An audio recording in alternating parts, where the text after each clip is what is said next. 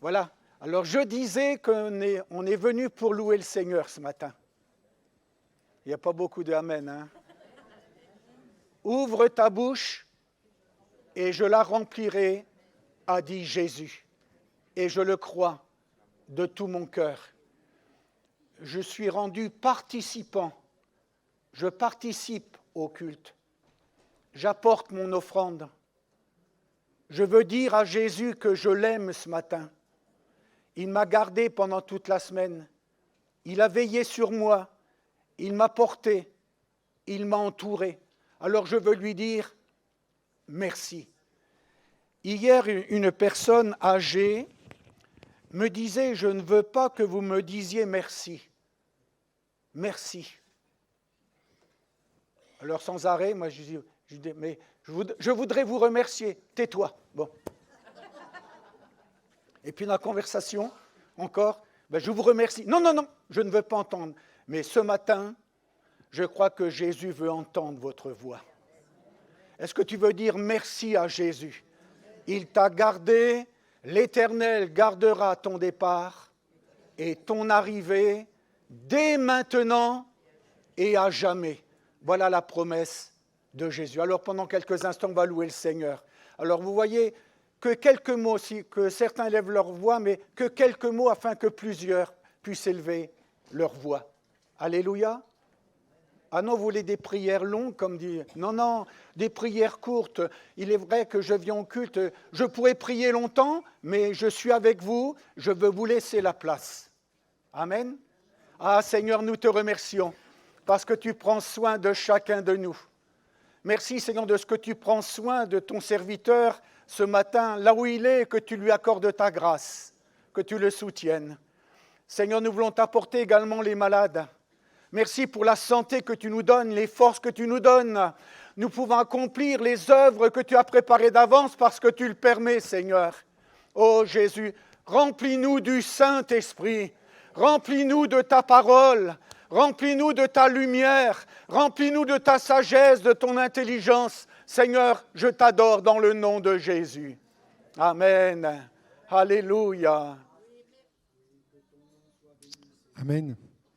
Bonjour frères et sœurs. Je suis content de vous retrouver. Et je voulais dire aussi que je vous remercie, vous êtes un encouragement. Ça vous surprend que je vous dise ça ? Vous êtes un encouragement parce que ce matin, dans notre temps de préparation avec les musiciens, les techniciens, il y a quelqu'un qui a dit « On est venu pour te louer ». Victor, il a dit « Je suis venu pour te louer ». Moïse, il a dit « Je suis venu pour te rencontrer, pour te louer ». Ma sœur vient de dire « Je suis venu pour te louer ».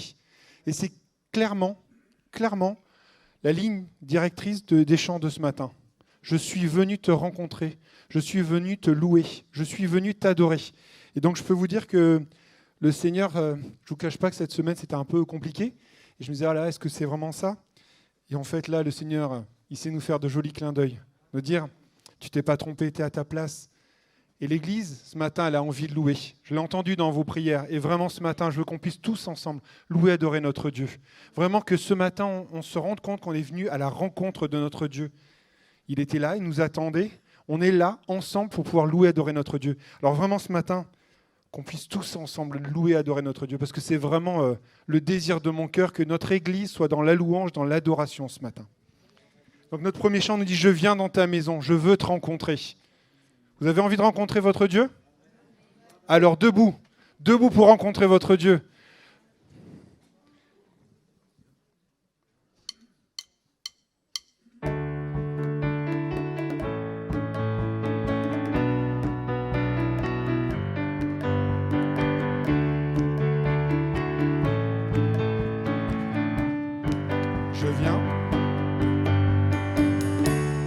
Je viens dans ta maison. Je veux te rencontrer, tel que je suis, m'abandonner. Alors que nous chantons, ton esprit me remplit. Mon âme est libérée. Je viens dans ta maison.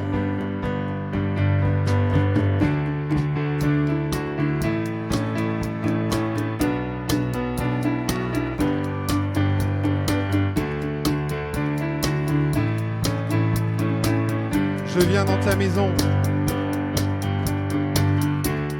Je viens dans ta maison. Je veux te rencontrer. Tel que je suis, m'abandonner. Alors que nous chantons, ton esprit me remplit. Mon âme est libérée. Je te vois, je t'entends, près de moi, tu es là.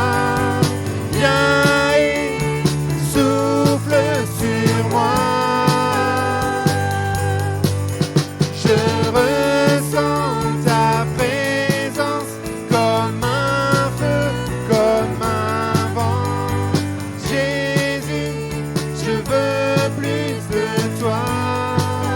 Je viens dans ta maison. Je viens dans ta maison. Je veux te rencontrer. Tel que je suis, m'abandonner. Alors que nous chantons, ton esprit me remplit. Mon âme est libérée. Je te vois, je t'entends, près de moi, tu es là. Viens et souffle sur moi. Je ressens ta présence comme un feu, comme un vent. Jésus, je veux plus de toi. Je te vois. Je te vois, je t'entends, près de moi, tu es là. Viens et souffle sur moi. Je ressens ta présence comme un feu, comme un vent. Jésus, je veux plus de toi. Je ressens ta présence comme un feu, comme un vent. Jésus, je veux plus de toi. Jésus, Jésus, je veux plus de toi. Jésus, je veux plus de toi. Oui, Seigneur, je veux plus de toi parce que j'ai envie de dire à toi la gloire, mon Dieu. Tu es le ressuscité, tu es celui qui a sauvé ma vie. Tu es celui qui, par ses meurtrissures, m'a guéri. Et ce matin, je veux vraiment te louer, t'adorer. Tu peux démarrer.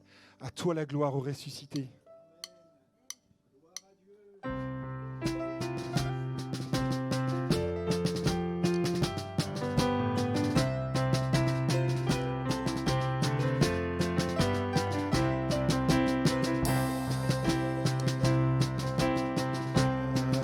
La gloire au ressuscité, à toi la victoire pour l'éternité,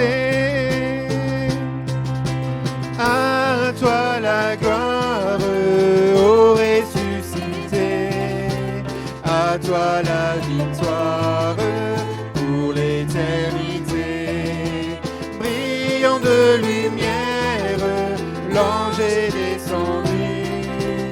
Il roule la pierre du tombeau vaincu. À toi la gloire, ô ressuscité. À toi la victoire pour l'éternité. Vois-le paraître, c'est lui, c'est Jésus, ton sauveur, ton maître. Ne doute plus, sois dans l'allégresse, peuple du Seigneur, et redis sans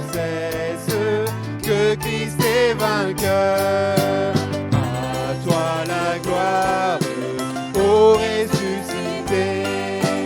À toi la victoire pour l'éternité. Craindrai-je encore qu'il vit à jamais, celui que j'adore, le prince de paix. Il est ma victoire, mon puissant soutien, ma vie et ma gloire. Non, je ne crains rien. À toi la gloire, ô ressuscité.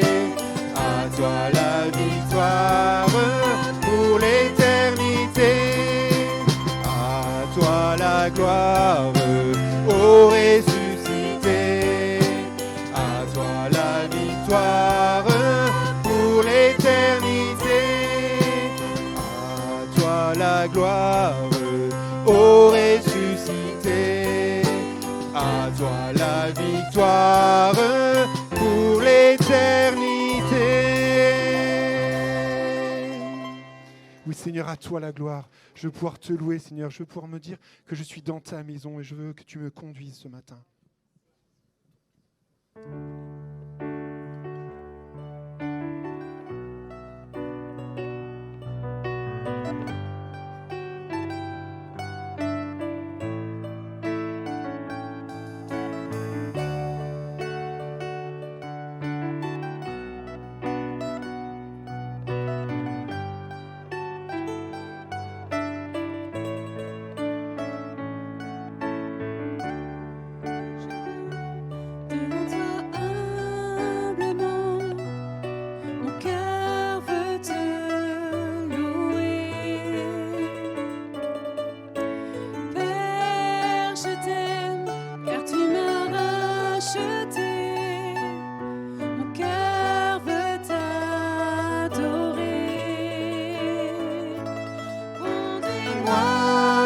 Ta présence, guide-moi vers ta gloire.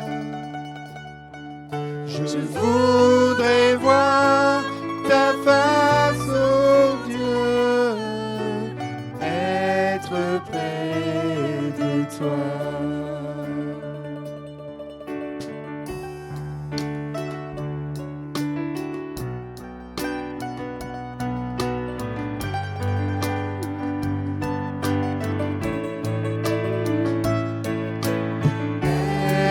Je viens devant toi humblement, mon cœur veut te louer.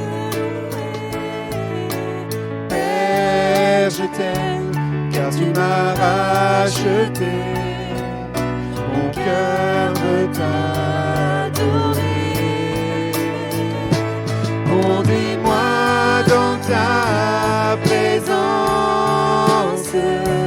guide-moi vers ta gloire. Je voudrais voir ta face, ô Dieu, être près de toi. Conduis-moi dans ta présence, guide-moi vers ta gloire. Je voudrais voir ta face, ô Dieu, être près de toi.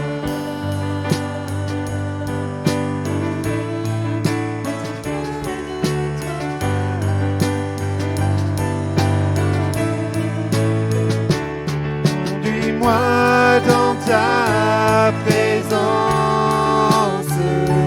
guide-moi vers ta gloire. Je voudrais voir ta face, ô Dieu, être près de toi. Conduis-moi dans ta présence, guide-moi vers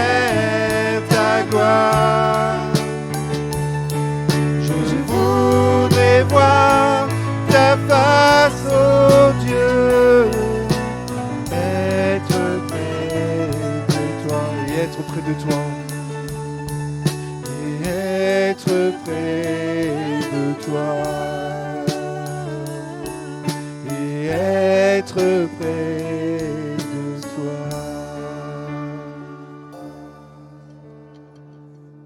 Oui, mon Seigneur, je veux être près de toi, Seigneur, ce matin et tous les jours de ma vie, Seigneur, parce que tu es dans ma vie, parce que tu es présent chaque jour à côté de moi, Seigneur. Et moi, je veux être sensible à ça, Seigneur. Je veux pouvoir me dire, Seigneur, que tu es là, tu es présent, Seigneur, tu es là pour m'abriter, tu es là pour me protéger, tu es là aussi pour m'émonder, pour me faire grandir, Seigneur. Alors ce matin, je veux te louer, je veux t'adorer. Merci parce que tu es un Dieu tellement merveilleux, tu es un Dieu tellement bon, Seigneur, que je ne veux pas, Seigneur, me taire, Seigneur, ce matin. Je veux pouvoir faire éclater ma louange, ma grâce devant toi, Seigneur, parce que tu es le Dieu merveilleux, mon Seigneur. Alléluia.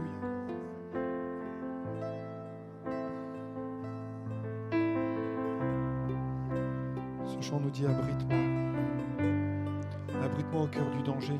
En fait, c'est pas une demande, en fait, c'est quelque chose, c'est une réalité dans ta vie. Le Seigneur t'abrite. Et parce qu'il t'abrite, tu peux le remercier. Abrite-moi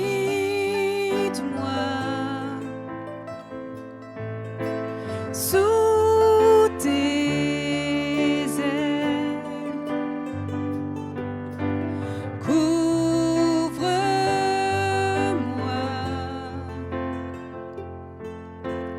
par ta main puissante, même si les océans se je les traverserai avec toi.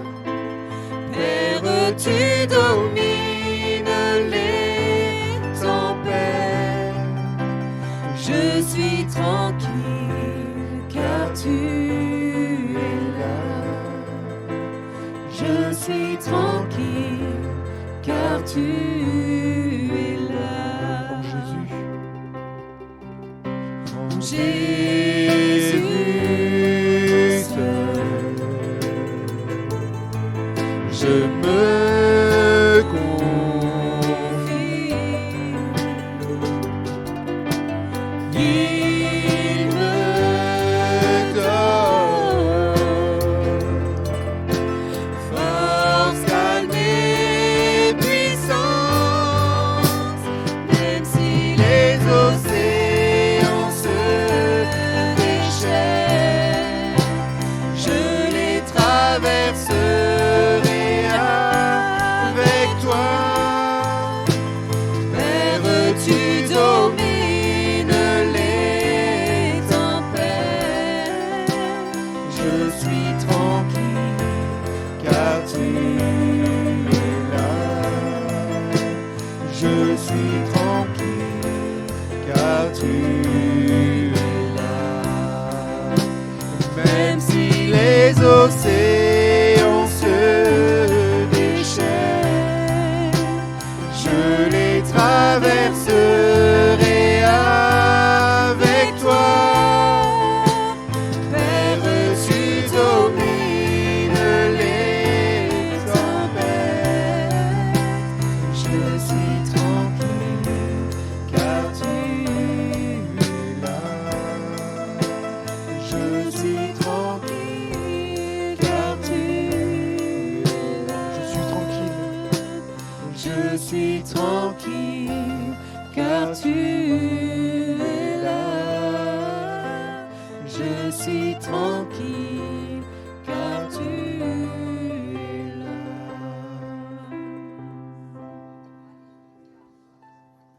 Seigneur, nous prendrons ce chant qui nous dit: Seigneur, tu me cherches. Mais bien plus que tu me cherches, tu me connais, tu m'as trouvé. Tu peux démarrer. Et Seigneur, je sais que tu m'aimes.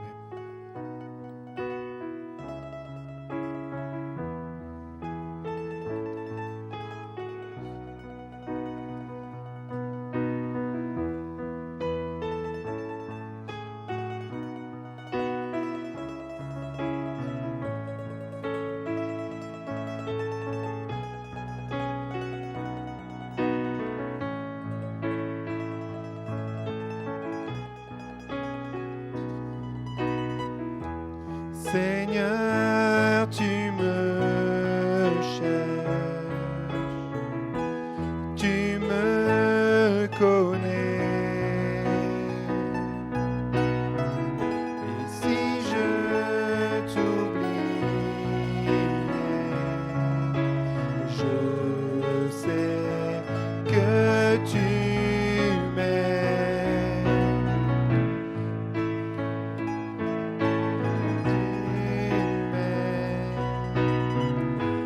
ta sainte présence, elle m'environne à chaque moment. Je sais que tu m'aimes, je sais que tu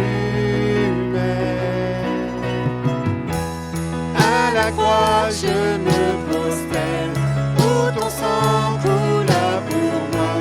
Aucun amour n'est plus grand. Tu as gagné sur la mort, ta gloire remplit les lieux très hauts. Rien ne peut nous séparer. Tu marches devant, garde mes pas, ta main me soutient. Je sais que tu m'aimes, je sais que tu m'aimes. Déclarons-le ce matin. À la croix je me prosterne, où ton sang coula pour moi. Aucun amour n'est plus grand. Tu as gagné sur la mort, ta gloire remplit les lieux très hauts. Rien ne peut nous séparer. Tu déchires le voile, tu traces le chemin, car tu as tout accompli. Tu déchires le voile, tu traces le chemin, car tu as tout accompli. Si tout s'effondrait devant mes yeux, et tu resterais là, je sais que tu m'aimes, je sais que tu m'aimes. À la croix je me prosterne, ton sang coula pour moi.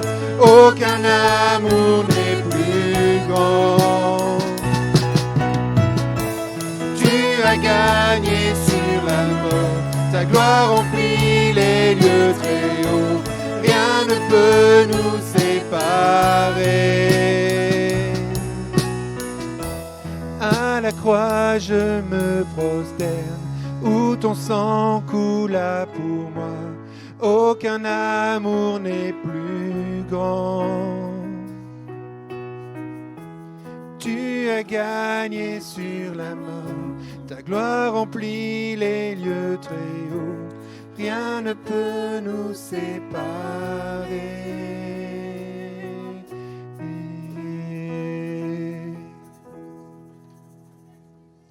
Je voudrais qu'on prenne ce dernier chant qui nous dit « Nous adorons Adonai ». Je pense vraiment que ce matin, ce temps de louange était placé vraiment sous l'adoration de notre Dieu.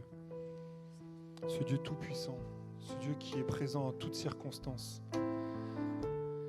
Ce Dieu que je pense que nous devons adorer au quotidien, pas seulement ce matin, mais tous les jours lui dire merci pour ce que tu es, merci pour ce que tu as fait.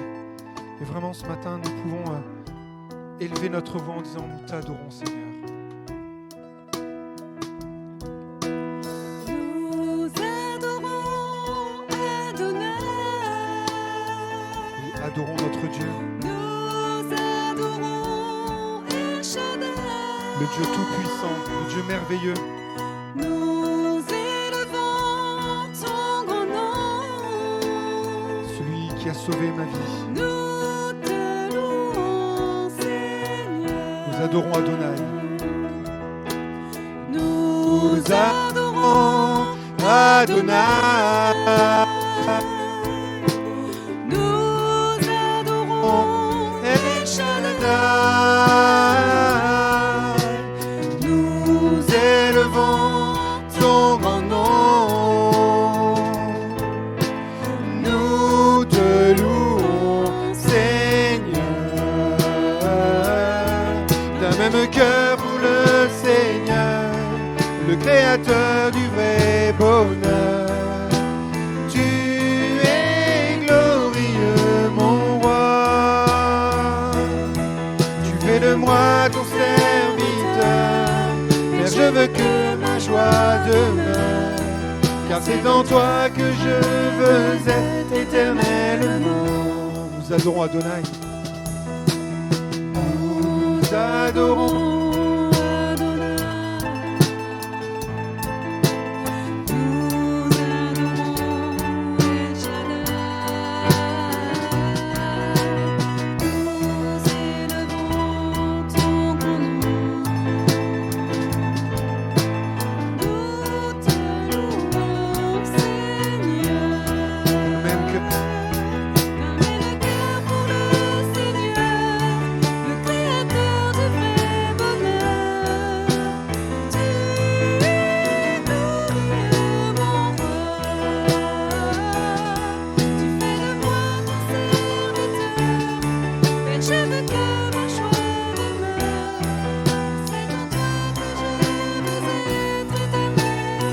Même cœur,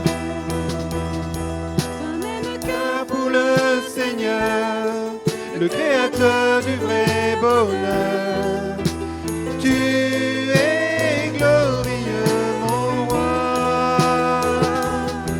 Tu fais de moi ton serviteur. Père, je veux que ma joie demeure, car c'est en toi que je veux être éternellement. Tu fais de moi.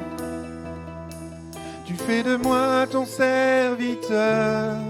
Père, je veux que ma joie demeure, car c'est en toi que je veux être éternellement.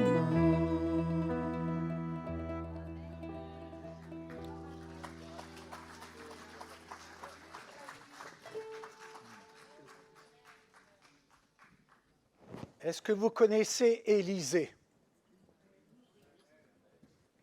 Le prophète Élisée. Certainement que vous avez en mémoire le prophète Élie. Élie qui a prié afin que le feu du ciel descende sur l'holocauste qu'il avait préparé, le sacrifice. Et le feu est descendu. Et le peuple a dit, c'est l'Éternel qui est Dieu. Est-ce que Jésus, pour toi, est le Fils de Dieu? Est-ce que tu crois que Jésus est venu chercher, sauver ceux qui étaient perdus? Nous étions tous perdus. La Bible nous dit, nous étions tous errants comme des brebis.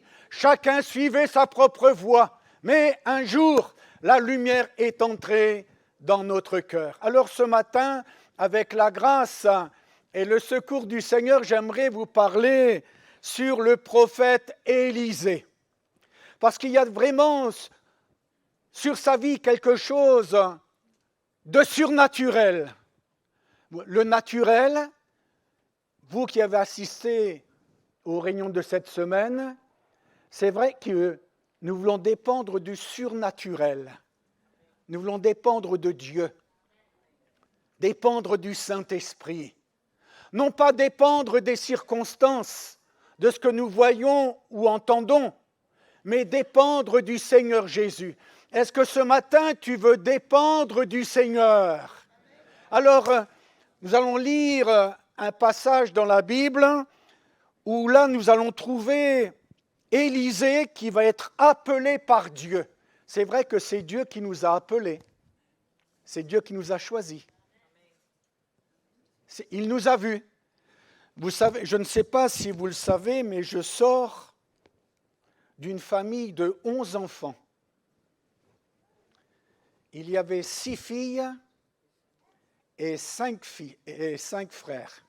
Enfin, 5 gars. Nous étions 11 enfants à la maison. Alors vous vous rendez compte maintenant, si vous étiez papa ou maman de 11 enfants, c'est du boulot. C'est du boulot. Et voyez-vous, en mémoire de ma mère qui a eu beaucoup de patience, et il est vrai que j'ai pris mon baptême en même temps que ma mère. Nous nous sommes engagés tous les deux dans les eaux du baptême. Et pourtant, son avenir à maman, papa lui avait dit, si tu prends le baptême, je divorce. Je m'en vais. Le miracle de Dieu s'est produit. Papa était présent au jour de son baptême. Donc il m'a vu aussi m'engager dans les eaux du baptême. Et maman qui a tenu le coup, tout simplement, elle était assise et le Saint-Esprit est descendu sur elle et elle s'est mise à parler en langue. Donc, le jour de son baptême, elle a été baptisée du Saint-Esprit. C'est vrai, c'est Dieu qui nous a choisis, qui nous a appelés. Dieu fait ce qu'il veut. Il est le Tout-Puissant. J'aime lire dans le psaume 115, Dieu fait ce qu'il veut. Dieu choisit ce qu'il veut. Nous avons nos critères. Nous avons nos critères. Alors moi, je me suis souvent posé cette question, mais Seigneur, pourquoi tu m'as choisi? Dans une famille de 11, c'était moi le plus terrible. Si vous demandez à maman, elle ne se souvient que de moi. Elle ne se souvient que de moi parce que je lui ai fait beaucoup de misère. Mais le jour où j'ai donné ma vie à Jésus, tout a changé, tout a été bouleversé. Et je crois dans le miracle de Dieu, je crois dans le surnaturel. Dieu veut venir à ton secours ce matin. Tu es entré certainement peut-être fatigué. Tu es entré dans ce lieu sans force. Mais je crois que ce matin, Dieu veut te visiter. Mais loue le Seigneur. Et je pensais à ce texte biblique lorsque notre frère Samuel parlait. Je m'écrie, loué soit l'Éternel et je suis délivré de mes ennemis. Quel est ton ennemi ce matin? C'est vrai que nous parlons beaucoup de la drogue, mais il y a d'autres ennemis qui sont présents. Mais le Seigneur veut nous libérer. Il veut nous délivrer. Alors, je ne voudrais pas trop m'égarer, mais je voudrais rester sur le prophète Élisée. Dieu l'a choisi comme successeur à Élie. Ce n'est pas une main d'homme qui a choisi. Vous savez, parfois, chez les hommes, il y a le piston. Le piston. Mais là, il n'y a pas eu de piston. Dieu, dans son dessein, a choisi Élisée. Alors la lecture que j'aimerais faire avec vous, qui sera le point de départ, c'est son appel. On va lire ensemble l'appel d'Élisée. Là où le Seigneur l'a choisi, où était-il? Que faisait-il?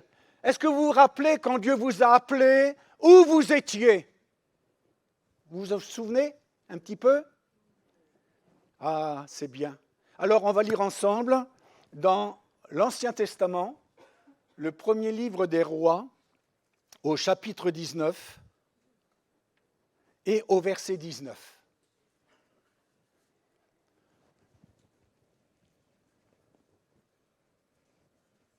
Élie partit de là et il trouva Élisée, fils de Shaphat, qui labourait. Il y avait devant lui 12 paires de bœufs, et il était avec la 12e. Élie s'approcha de lui, et il jeta sur lui son manteau.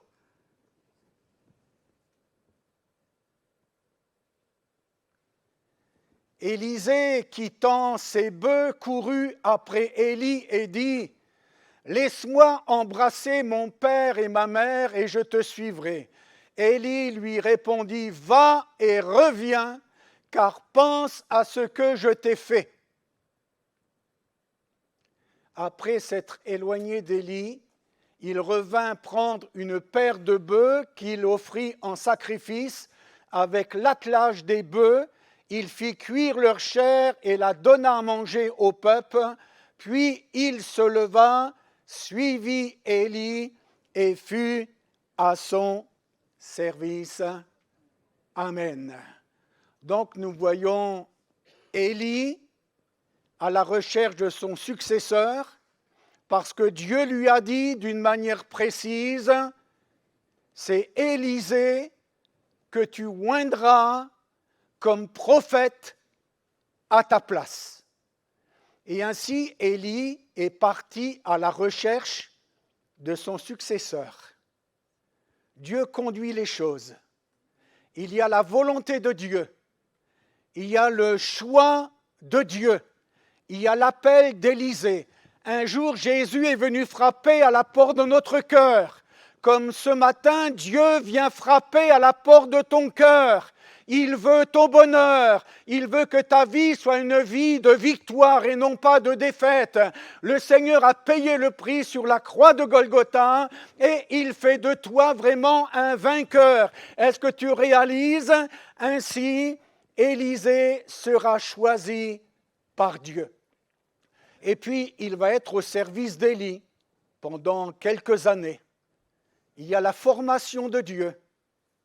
Il y a la direction de Dieu. Et il est bon d'être dans le plan de Dieu. Et voici, le moment arrive où Dieu va enlever Élie.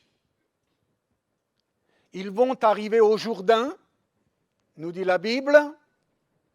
Et là, Élie va être enlevé sous les yeux d'Élisée. Élie va laisser tomber son manteau. Élisée va le ramasser. Et Élisée va frapper les eaux du Jourdain avec le manteau d'Élie. Et ainsi, le Jourdain va s'ouvrir. Le Jourdain, est-ce que ça vous dit quelque chose? Le Jourdain, c'est le symbole de la mort. Le Jourdain, un jour, nous sommes fait baptiser. Et le baptême, vous savez, c'est une mort et une résurrection. Je meurs pour ressusciter en nouveauté de vie. C'est extraordinaire. Et là, Élisée, il va mourir à lui-même. C'est difficile de mourir à soi-même. C'est difficile, d'ailleurs, Jésus l'a dit, si quelqu'un veut venir à moi, qu'il renonce à lui-même, qu'il se charge de sa croix et qu'il me suive. Est-ce que tu es prêt à suivre Jésus? Et là, Élisée, il a ramassé le manteau d'Élie et puis il a traversé le Jourdain. Comme Jésus, il a pris son baptême dans les eaux du Jourdain. Comme nous-mêmes, nous avons pris le baptême, nous nous sommes engagés. Il y a eu la repentance. Repentez-vous et que chacun de vous soit baptisé et vous recevrez le don du Saint-Esprit. Et le jour de la Pentecôte, 3000 personnes se sont converties. Alors, Élisée, maintenant, est bien parti. Il a été choisi par Dieu. Il sera bien sûr un certain temps, comme je l'ai souligné, au service d'Élie. Et puis maintenant, il va se retrouver seul. Mais voyez-vous, il y a quelque chose qui a marqué la vie d'Élisée, c'est le surnaturel. Le surnaturel. Je crois dans la puissance du Saint-Esprit. Je crois dans la puissance de la parole. Je crois que Jésus, comme je vous l'ai dit, que Jésus est vraiment le Fils de Dieu et qu'il est mort pour nous sur la croix de Golgotha. Il est sorti du tombeau en vainqueur. Alors j'aimerais suivre Élisée pendant quelques instants parce qu'il y a là quelques leçons, entre guillemets, qu'il veut me donner ce matin. Est-ce que vous voulez vous laisser instruire ce matin par le Seigneur? Est-ce que vous voulez grandir dans le Seigneur? Les fils des prophètes qui étaient pris du Jourdain, quand ils ont vu que les eaux du Jourdain se sont ouvertes, ils ont dit, mais l'esprit d'Élie repose sur Élisée, le Saint-Esprit. Jésus a pu dire à ses apôtres, ne vous éloignez pas de Jérusalem, restez à Jérusalem.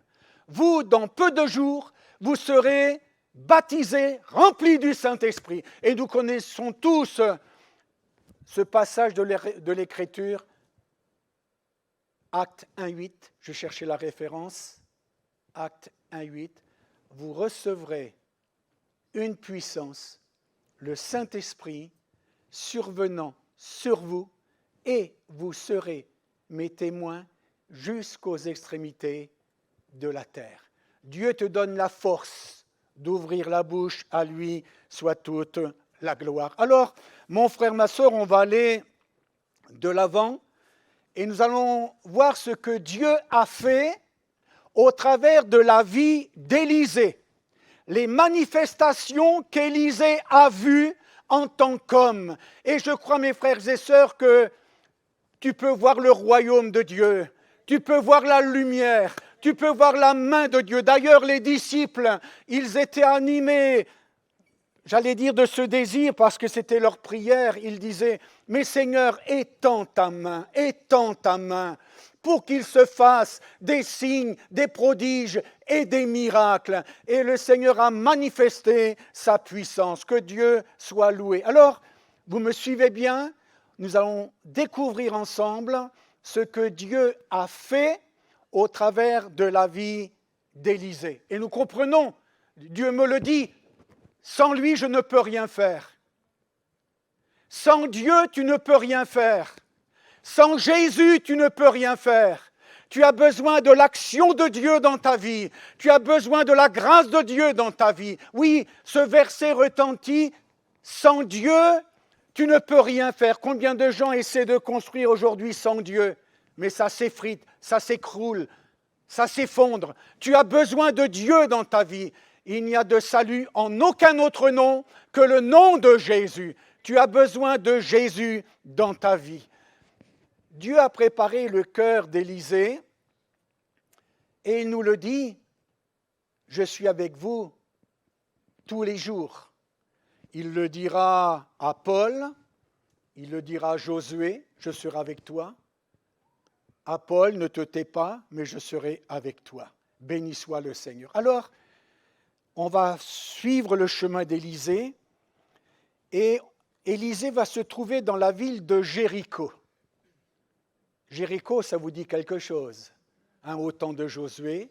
C'est par la foi que les murailles de Jéricho tombèrent. Dieu avait dit, je vous livre la ville. Et vous savez, quand Dieu dit quelque chose, c'est vrai.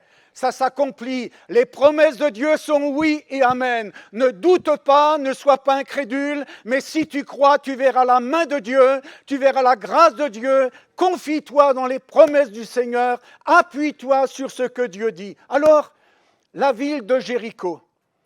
La ville de Jéricho, les eaux étaient mauvaises, nous dit la Bible. Et le pays était stérile. C'est ce que nous dit l'Écriture.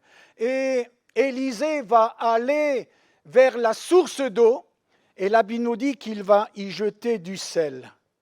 Et ainsi, les eaux de Jéricho vont être assainies. Donc là, c'est toute une ville.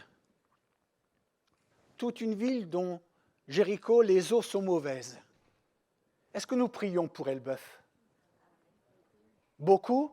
Pas beaucoup? Je t'aime un peu, beaucoup, passablement, pas du tout.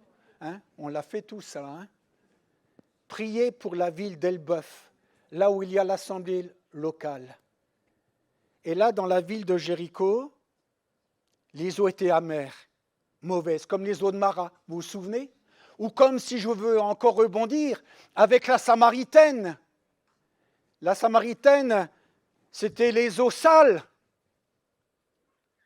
c'était les eaux mauvaises. Jésus, avec cette parole de connaissance, va lui dire, mais tu as eu 5 maris, et celui que tu as maintenant n'est pas ton mari. Jésus a manifesté la parole de connaissance. Dieu nous connaît, Dieu sait toutes choses en nous. Rien ne lui échappe. Et là, pour revenir à Jéricho, Élisée va jeter du sel. Le sel, s'il perd sa saveur, ne sert plus à rien. Et Jésus a dit, vous êtes le sel de la terre. Pour cette ville d'Elbeuf, nous sommes le sel de la terre. Nous voulons dire qu'il y a une espérance. Il y a un plus. Oui, Jésus est le plus. Et nous voulons faire connaître ce nom qui est le plus beau des noms. C'est le nom de Jésus. Et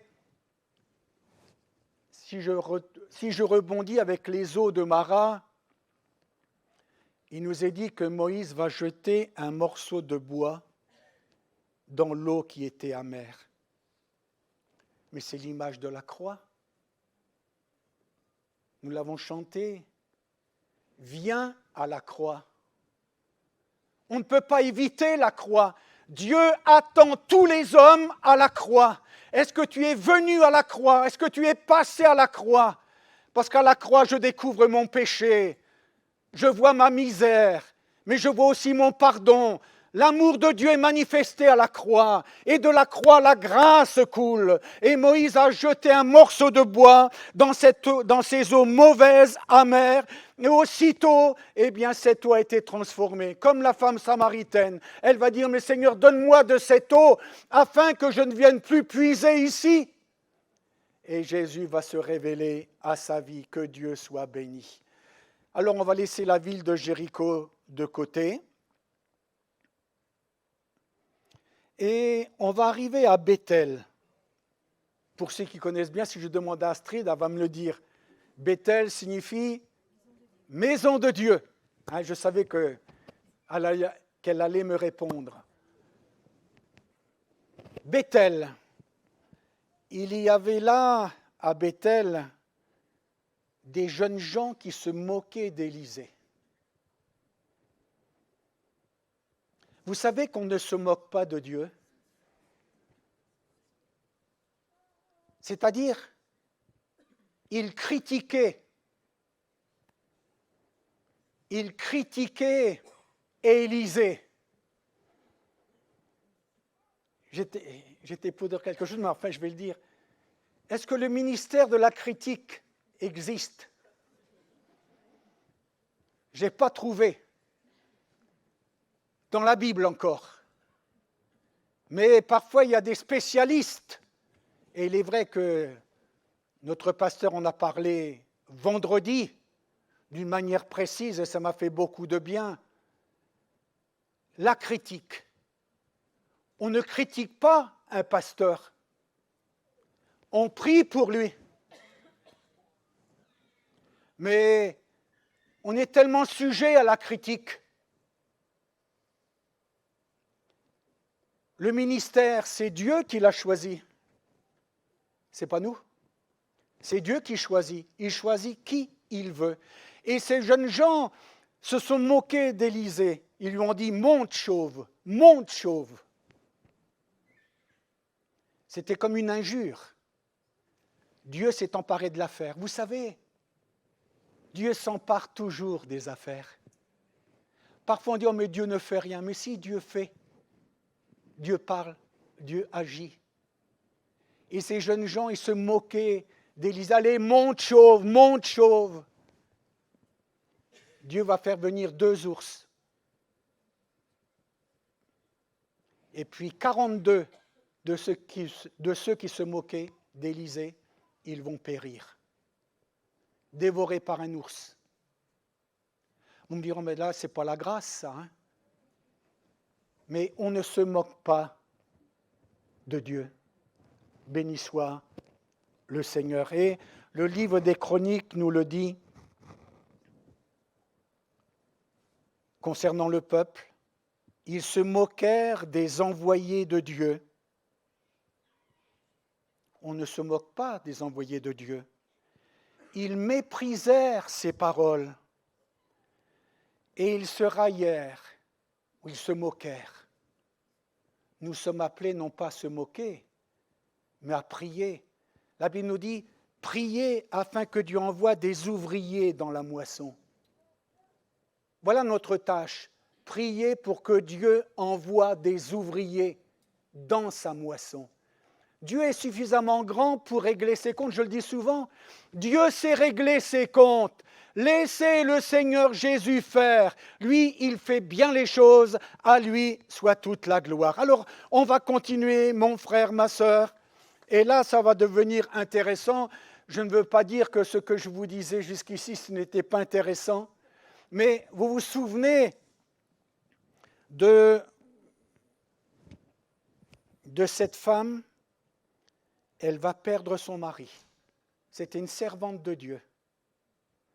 Quand la mort vient frapper, et elle frappe parfois aveuglément, on se demande si c'est vrai, si c'est possible. On s'interroge. Et cette mère de famille, elle avait 2 enfants. Et on voulait lui enlever ces 2 enfants, parce qu'il y avait des dettes. Le mari était parti, maintenant une pauvre veuve, fragile. Eh bien, elle va crier à Élisée. Le créancier est venu, et puis il va prendre mes 2 enfants. Alors, elle crie sa souffrance, elle crie sa douleur à Élisée. Et Élisée va lui dire, mais qu'as-tu chez toi? Elle va dire, je n'ai rien. Si ce n'est que, vous le savez, qu'est-ce qu'elle avait chez elle? Un vase vide. Eh bien, Élisée va lui dire, va chez les voisins et tu vas leur demander des vases. Elle va le faire, elle va obéir à l'homme de Dieu. Elle va faire ce que l'homme de Dieu lui demande. Et puis, elle va fermer la porte. Et l'Écriture nous dit qu'elle va avoir de l'huile pour beaucoup de temps et même, cette huile va servir à payer sa dette. Dieu n'est jamais dépassé. Ton besoin est grand, ton besoin est énorme. Dieu sait, et la Bible nous le dit, Dieu pourvoira à tous nos besoins. Dieu est suffisamment grand pour intervenir en ta faveur. Mais viens à Jésus, fais-lui confiance, repose-toi sur lui et il te bénira. À lui soit toute la gloire. Ta servante n'a rien du tout à la maison qu'un vase d'huile. Eh bien, le Seigneur, des vases vides, il va remplir les vases. Dieu est capable de le faire pour chacun de nous. Parfois, nous disons, je n'ai plus rien. Je n'ai plus rien à attendre. Attends-toi au Seigneur. Attends-toi au Seigneur. Dieu est bon, béni soit le Seigneur. On va continuer avec Élisée. Élisée, vous savez qu'une Sunamite lui a construit une chambre haute. Vous vous souvenez? Vous qui connaissez la Bible, une chambre haute. Et dans cette chambre haute, vous savez ce qu'il y avait? La télévision, il y avait tout ça? Non. Il y avait Internet? Non. Il y avait une table, une chaise, un lit et un pour s'asseoir, un siège. Oui. Et voici que la Sunamite, une femme humble, hospitalière, une femme de cœur, déjà 3 qualités, une femme de cœur, une femme humble. Dieu veut voir l'humilité dans ton cœur. J'ai besoin de la grâce de Dieu. Et cette femme, elle avait son mari qui était vieux et elle n'avait pas d'enfant. Alors Élisée va lui dire, l'année prochaine, tu auras un fils. Oh, quand on suit la vie du prophète Élisée, que de miracles extraordinaires. Il donne une parole qui fait du bien, d'encouragement. Peut-être qu'au milieu de nous, il y a quelqu'un qui, depuis peut-être longtemps, n'arrive pas à avoir d'enfant, mais je crois dans la bonté de Dieu, dans la miséricorde de Dieu. Non, vous croyez que Dieu est capable de faire grâce? Dieu fait grâce. Et voici que ce fils va arriver. Et bien vite, vous le savez comme moi, au bout de quelques années, ce fils va mourir sur les genoux de sa mère. Ma tête, le papa va dire, eh bien, va voir la maman. Hein. C'est souvent ce qui se passe. Hein. Les papas disent, allez, va voir maman. Et il va mourir. Mais cette femme de foi, cette femme de cœur, elle va dire, je vais aller en hâte vers l'homme de Dieu, Élisée. Et elle va se rendre vers Élisée. Et nous savons que Élisée va venir dans la chambre haute. Il va prier pour cet enfant. Et cet enfant va revenir à la vie. Rien n'est impossible à Dieu, que le nom de Jésus soit béni. Vous savez, Élisée a connu également des moments de famine, où il n'y avait rien à manger. Eh bien, le miracle de Dieu va se produire également, nous dit l'Écriture. Il y avait là une école de prophètes où il y avait 100 personnes à nourrir. C'est déjà pas mal, 100 personnes. Hein. Quand on est déjà 3-4 à table ou plus, il faut... Qu'est-ce que je vais mettre à manger? C'est souvent... C'est vrai que les maris, quand ils arrivent à la maison, qu'est-ce qu'on mange? Qu'est-ce qu'on va manger ce midi? Qu'est-ce qu'on va manger ce soir? Et l'épouse, elle est là, dit, mais qu'est-ce que je vais mettre à manger? Qu'est-ce que je vais trouver? Il ne faut pas tomber trop dans la routine. Et pour ça, il faut remercier les épouses, mes frères, non? Vous leur avez dit merci? Il faut leur dire merci parce que parfois, c'est vraiment du tracas pour trouver à manger. Et là, je reviens, Élisée, il avait 100 jeunes gens qui faisaient partie de l'école des prophètes. Et l'Écriture nous le dit, donnez-leur à manger en pleine période de famine. Dieu a pourvu. Ça me fait penser à la multiplication des pains. Jésus va leur dire, mais donnez-leur vous-même à manger. Mais Seigneur, nous n'avons que quelques pains et quelques poissons.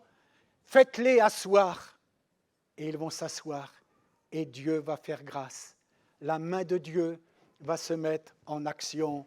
Que Dieu soit béni. Et puis avec Élisée, je ne peux laisser de côté Naaman. Vous savez, Naaman, le Syrien qui était lépreux, par le témoignage d'une petite fille. Est-ce que tu rends témoignage de Jésus? Là où tu es, là où tu passes, est-ce que tu parles de Jésus? L'Église ne peut grandir que si l'on parle de Jésus. Si l'Église se tait, eh bien nous ne verrons jamais personne. Mais si l'Église parle, ne te tais point, mais parle, parce que dans cette ville, j'ai un peuple nombreux, eh bien nous verrons de grandes choses. Et là, nous dit l'Écriture, Naaman est atteint de lèpre. Par le témoignage de la petite fille, il va être entièrement guéri. C'est vrai ce que le prophète Élisée va lui dire, va et plonge-toi 7 fois dans le Jourdain. Oh, il avait besoin de s'abaisser le gars. Il était rempli de lui-même. Quand Élisée lui dit, va et plonge-toi dans les eaux du Jourdain, mais moi me plonger dans... Oh non, jamais. Parfois Dieu te demande certaines choses et tu ne le fais pas. Fais-le. Ce que Dieu demande, c'est pour la gloire de ton nom. Va au réservoir de Siloé, lave-toi. Et cet homme, il va obéir à Jésus et il va être guéri. Je reviens à Naaman. Alors, il ne voulait pas le faire. Fais ce que Jésus te demande. Il te demande peut-être de t'humilier devant quelqu'un. Eh bien, fais-le pour la gloire de ton nom. Demandez pardon. Ah, vous savez, parfois certains ne veulent pas s'abaisser. souvent je me suis abaissé et parfois je dis, mais Seigneur, je n'ai rien fait, je n'ai rien dit, mais s'il faut passer par là, eh bien, je vais aller voir cette personne, je lui dis, bon, bien, je vous demande pardon. Si je vous ai offensé, je vous demande pardon. Et vous savez, dans un pardon, il n'y a ni vainqueur ni perdant. C'est la gloire de Dieu. Ce que nous voulons, c'est la gloire de Dieu. Naaman, il contestait avec Dieu. Non, non, non, non. Et ses serviteurs vont le reprendre. Fais ce que le prophète t'a dit. Fais-le. Il l'a fait. Et Élisée avait dit, 7 fois, Dieu pouvait le guérir comme cela, sans plongeon. Mais c'était pour qu'il plie. Parfois, le chemin sur lequel nous tenons, Dieu veut nous faire plier. Et vous savez, ce n'est pas Dieu qui va plier, c'est nous. Parce qu'il veut notre bien. Il va le faire. Et voyez-vous ce qu'il va dire? Je reconnais qu'il n'y a qu'un seul Dieu en Israël. C'est l'Éternel. Il a fait une expérience avec Dieu. Concernant les lépreux, nous savons, Jésus va dire, je le veux, sois pur, et à l'instant même, il a été guéri. Et puis, il sera dit à Jean-Baptiste, nous connaissons bien, allez rapporter à Jean ce que vous entendez, ce que vous voyez, les aveugles voient, les boiteux marchent, les lépreux sont purifiés, les sourds entendent et les morts ressuscitent. C'est la parole de Dieu qui nous le dit et je le crois de tout mon cœur. Alors vous voyez, la lèpre, c'est l'image du péché. Dieu peut te purifier, Dieu peut te laver, Dieu peut ôter ce qui t'empêche d'aller de l'avant. Alors on continue toujours avec Élisée, et vous savez, c'est très intéressant. Je vous invite à lire la vie d'Élisée. Quelle chose extraordinaire, beaucoup de surnaturel. La présence de Dieu est là. Béni soit de Dieu, béni soit le Seigneur. La main de Dieu est là. Alors on va continuer. Élisée, oui, je vais bientôt m'arrêter. Élisée, on voulait s'emparer de lui, on voulait le kidnapper. Le roi de Syrie, parce que quand il donnait des ordres à son armée, Élisée donnait aussi des ordres au roi d'Israël, et puis en réalité, tout était révélé. Tout était révélé. Il y avait là vraiment la parole de connaissance. La parole de Dieu illumine, la parole de Dieu éclaire, la parole de Dieu est lumière. Alors béni soit le nom de Jésus. Et pour continuer, on voulait s'emparer d'Élisée et Dieu gardait son serviteur. Moi, je crois que Dieu nous garde les uns et les autres. Vous le croyez, mes frères et mes sœurs? Dieu nous garde les uns et les autres. Et Dieu va ouvrir les yeux du serviteur. Lui ne voyait que les chevaux et les chars, mais Élisée, lui, il voyait les chevaux de feu et les chars de feu. Parfois, nous, on ne voit que l'obstacle. Mais il serait bon que tu diriges ton regard vers Jésus. Quand on tourne les regards vers Jésus, on est rayonnant de joie et le visage ne se couvre pas de honte. Je voudrais encore un exemple et puis je vais m'arrêter. Je crois que celui-ci est fort. Quand je vous ai dit tout à l'heure que Élisée, le surnaturel, vous vous souvenez il y avait la main de Dieu, le lieu où ils étaient était trop petit, nous dit l'Écriture. Et tout simplement, quelqu'un qui était en train de couper du bois, le fer de hache va tomber dans l'eau. Vous vous souvenez? Et il va dire, il était emprunté. Souvent, quand on emprunte quelque chose, on le casse. Moi, je me souviens, voilà 40 ans, je vous l'ai déjà dit, mais je le répète, j'avais emprunté un magnétophone. Et puis, il y avait le fil, je n'avais pas vu le fil. Allez, le magnétophone par terre. Et puis il était cassé et il n'était pas moi. Alors je l'ai fait réparer. Je n'ai pas dit, j'espère qu'elle ne va pas s'en apercevoir, je vais lui rendre comme ça va se débrouiller. Non, non, non, il faut être vrai. Même dans les conséquences graves, il faut dire oui, c'est moi. Oui, je suis cet homme-là. C'est moi. Ils n'ont pas dit, oh ben non, je me décharge, c'est les autres. Oh ben non, je ne sais pas, peut-être que comme ça. Et là, il était emprunté, cet outil. Et encore, je terminerai par cette pensée. Élisée va lui dire, mais où est-il tombé? Il lui montra la place. Où sommes-nous tombés dans notre vie chrétienne? À quel moment sommes-nous tombés? Le jour où nous avons lâché la main de Dieu, où les réunions étaient trop pesantes pour nous, alors qu'en réalité, une réunion n'est jamais trop pesante pour nous. Elle nous donne la victoire. Et Élisée va jeter à nouveau un morceau de bois sur le métal et il va revenir à la surface. C'est impossible, ça ne peut pas se faire. Mais avec Dieu, c'est possible. Ah, souvent j'ai dit, Seigneur, tu vois, c'est cassé, c'est brisé, c'est mort. Entre un homme et une femme, tout est cassé, tout est brisé. Le couple est complètement cassé. Mais toi, Seigneur,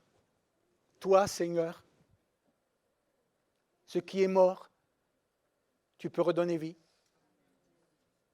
Ne perds pas espoir. Dieu donne la vie. Il est le Dieu de la vie, il n'est pas le Dieu de la mort. Il est le Dieu de la vie.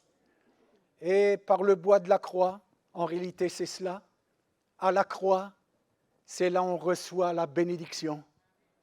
Ah, c'est difficile parfois, le chemin de la croix est rocailleux, difficile, mais prends ce chemin, c'est le chemin de la victoire, de la délivrance. Ce n'est qu'en au pied de la croix qu'on peut repartir différemment. Alléluia, que Dieu soit béni. Alors, je m'arrête là, j'aurais pu encore vous parler des eaux d'Élysée, mais ce sera pour une autre fois. Mais ce qui a marqué le ministère d'Élysée, c'est le surnaturel. Quand la Bible nous dit rechercher les dons spirituels, rechercher les dons spirituels, et même particulièrement le don de prophétie, Dieu veut nous le donner. Celui qui parle en langue prie pour l'interprétation. Dieu veut enrichir l'Église. Dieu veut fortifier l'Église. Alors tout simplement, mon frère, ma sœur, j'ai voulu vous conduire derrière Élysée ce matin. Ce que nous découvrons dans son ministère. Oui, il a été fidèle. Il a été fidèle. Je dirais qu'on ne trouve pas de faille dans sa vie. On ne trouve pas de faille. Oh, il y en a chez moi. Chez vous, non, mais chez moi, il y en a un bon paquet. Hein? Mais je sais que le Seigneur est capable de me renouveler et de me fortifier. Alors, à lui soit toute la gloire. N'oublions pas, et je termine avec cette pensée, que Élisée aussi a reçu des menaces de mort. Il a reçu des menaces de mort aussi, comme Élie, Jézabel. Jézabel voulait couper la tête d'Élie, mais plus tard, un roi veut aussi couper la tête d'Élysée. Mais Dieu a gardé son serviteur. Dieu garde ses serviteurs. Alors, sur les traces d'Élysée, mon frère, ma sœur, suivons Élysée. Il nous montre vraiment le chemin de la fidélité de Dieu. Sois fidèle jusqu'au bout. Et le Seigneur te bénira abondamment. On prie ensemble, Maître. Pardonnez-moi, j'étais un petit peu long. Seigneur, je te bénis, je te loue et je t'adore. Merci parce que tu fais du bien. Seigneur, lorsque j'ouvre la parole de Dieu et que je suis les traces d'Élysée, quel exemple il me laisse. Seigneur, il est passé lui aussi par des moments très, très difficiles, mais il a su s'attendre à toi. Est-ce que tu t'attends au Seigneur aujourd'hui? Est-ce que tu crois que Dieu peut mettre sa main sur ta vie? Est-ce que tu crois que Dieu est capable d'ouvrir les portes? Alors ne doute pas, mais fais confiance au Seigneur. Il te bénira, il veut te bénir, il veut nous faire du bien et il veut nous conduire beaucoup plus loin. Alors à lui soit toute la gloire. Amen. Amen. On va prendre un dernier chant qui nous dit « Réjouis-toi ». Non ? Réjouis-toi, peuple du Seigneur, ton Dieu t'a visité. C'est une occasion encore ce matin d'avoir été visité par notre Dieu. Donc, vraiment de tout notre cœur, chantons ce dernier chant.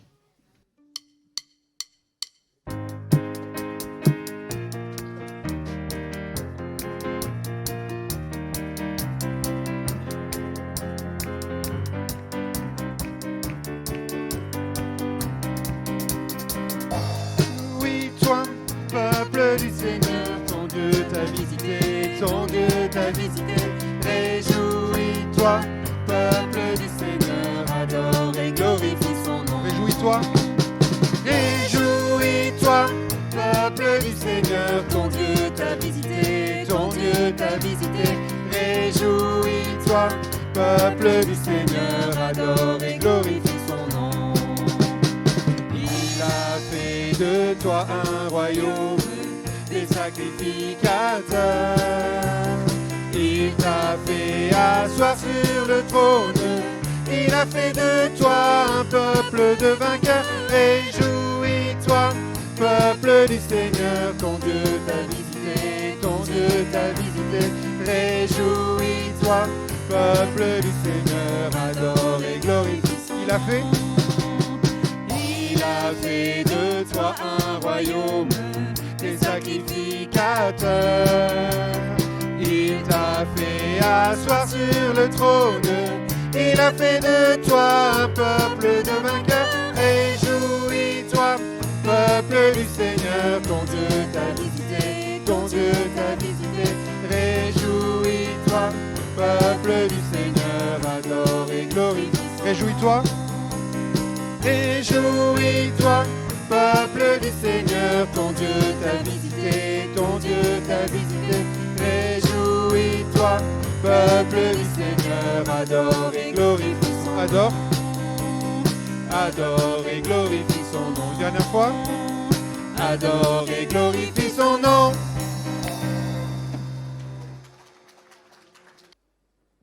Et soyez bénis.